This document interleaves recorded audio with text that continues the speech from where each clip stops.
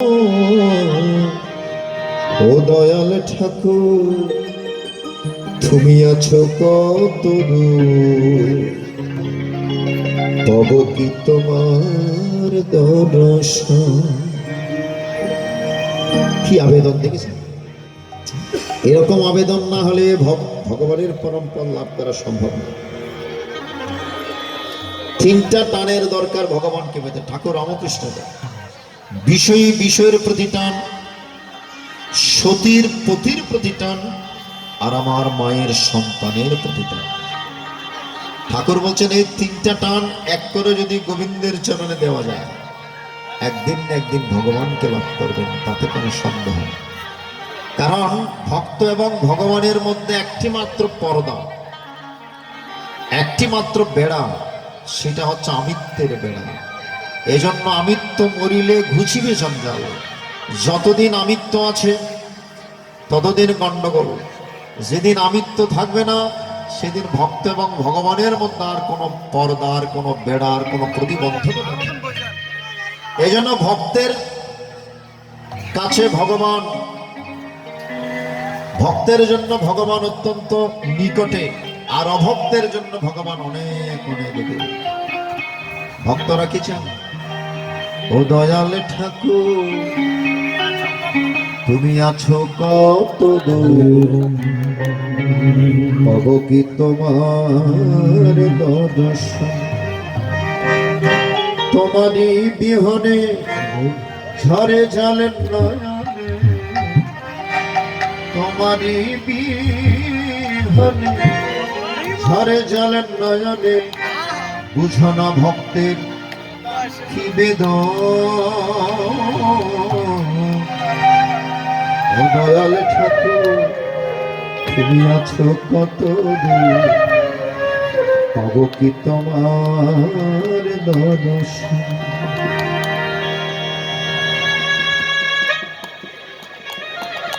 তোমারই বিহনে ঝরে জল নয়নে, তোমারই বিহনে ঝরে জল নয়নে, ঝরা ভক্তের নিবেদন।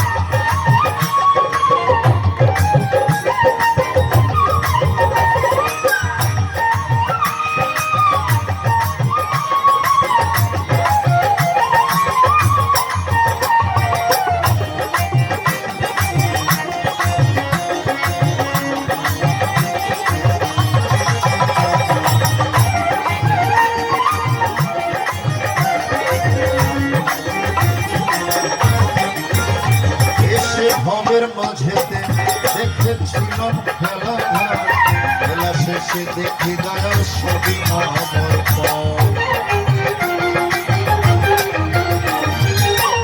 মায়েরা, এই সংসারে আপনাদের দাম কতক্ষণ? যতক্ষণ শ্রম দিতে পারবেন, সংসারে ততক্ষণ মূল্য। যেদিন পারবেন না, সেদিন আর কোনো দাম নেই। আর আমার বাবাজিদের এই সংসারের মূল্যায়ন কতক্ষণ? যতক্ষণ অর্থ রোজগার করে দিতে পারে। শঙ্করাচার্যের কথা, ইয়াবৎ বিদ্যুপার্জন শক্ত, তাবৎ নিজ পরিবার রক্ত। যতদিন অর্থ উপার্জন করে দিতে পারবেন, আপনার পরিবার আপনার অনুগত থাকবে। যেদিন তা পারবেন না, আপনার এই সংসারে নাম আর প্রিয় নাও নাই। কথাগুলো মিলিয়ে দেখবেন। এটা আমরা বুঝি কখন? যখন এই দেহ দুর্বল হয়ে যায়। যখন দেহের মধ্যে শক্তি ছিল, তখন আমরা বুঝি না। ভগবান গীতা কি হরিনাম, যেই সময় দিয়ে বুঝি, সেই সময় আর কিছুই করার থাকে। তখন আফসোস হয়, এত শোনার সময় নষ্ট করেছি। এখন তো আমার জীবন কচু পাতার পানির মতো টলমল করছে, কখন জানি চলে যায়। যখন সময় ছিল তখন কেন অবহেলায় দিন কাটিয়ে দিয়েছি। তুলবি যখন ছানা মাখন সকাল সকাল তোল, কচিকালে সাধন ভজন বৃদ্ধে বন্ধন, রজনী চলিয়া গেলে কি করিবে চাঁদ, স্রোত বহিয়া গেলে কি করিবে। রজনী যখন ফুরিয়ে যায় চাঁদের আর কোনো দরকার পড়ে না। আর স্রোত যখন প্রবল দিকে ধাবিত হয় সেখানে বাঁধ দিলেও আর কোনো কাজ হবে। যখন বুঝার সময় ছিল, ভগবানকে ডাকার সময় ছিল, তখন তো ডাকিনি। যখন একদম এই দেহ দুর্বল হয়ে গিয়েছে তখন বুঝেছি, তখন তার কিছু করে না। এসে ভবের মাঝেতে দেখেছিলাম খেলা গো, বেলা শেষে দেখি দয়াল সবই আমার, কে ভুল করেছি আমি,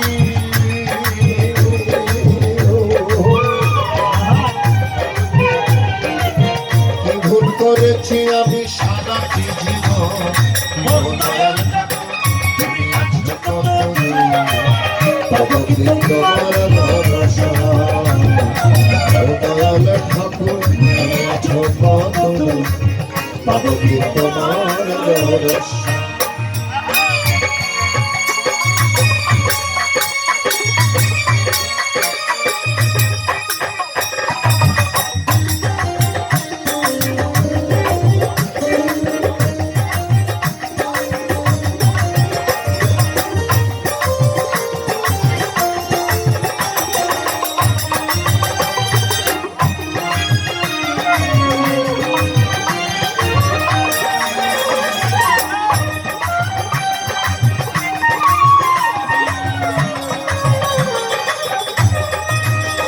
জীবনে পেয়েছি যে সব তবু কি যেন না পাই, কোথায় গেলে দয়াল ঠাকুর তোমায় কাছে পাই।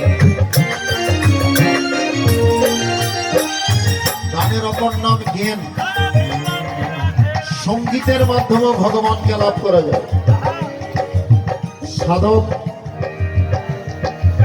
রামপ্রসাদ কেবলমাত্র মায়ের গান করে করে ভগবানকে লাভ করে, আর সাধিকা মীরাবাই কেবলমাত্র ভগবানের গান করে করে ভগবানকে লাভ করেছে। গানের অপর নাম জ্ঞান। জীবনে সব পেয়েছি, গাড়ি পেয়েছি, বাড়ি পেয়েছি, ধন পেয়েছি, কি পাননি বলুন? সব তো পেয়েছি নাকি? স্ত্রী পুত্র পেয়েছি, মেয়েরা স্বামী সন্তানাদি পেয়েছি, কিন্তু একটা জিনিস পাইনি। সেটা কি? সেটা হচ্ছে গোবিন্দের চরণ, গোবিন্দের চরণ, গোবিন্দের চরণ। ভগবানের কাছে বাড়ি গাড়ি চাইতে গিয়ে আসল জিনিসটা চাওয়া হয়, ঠিক না? এই জন্য বলছেন জীবনে পেয়েছি যেসব তবু কি যেন না পাই, কোথায় গেলে দয়াল ঠাকুর তোমায় কাছে পাই। আর কি তোমার সাথে, আর কি তোমার সাথে হবে না মিলন, দয়াল ঠাকুর তুমি আছো কত দূর, তবে কি তোমার দর্শন, দয়াল ঠাকুর তুমি আছো কত দূর, তবে কি তোমার দর্শন।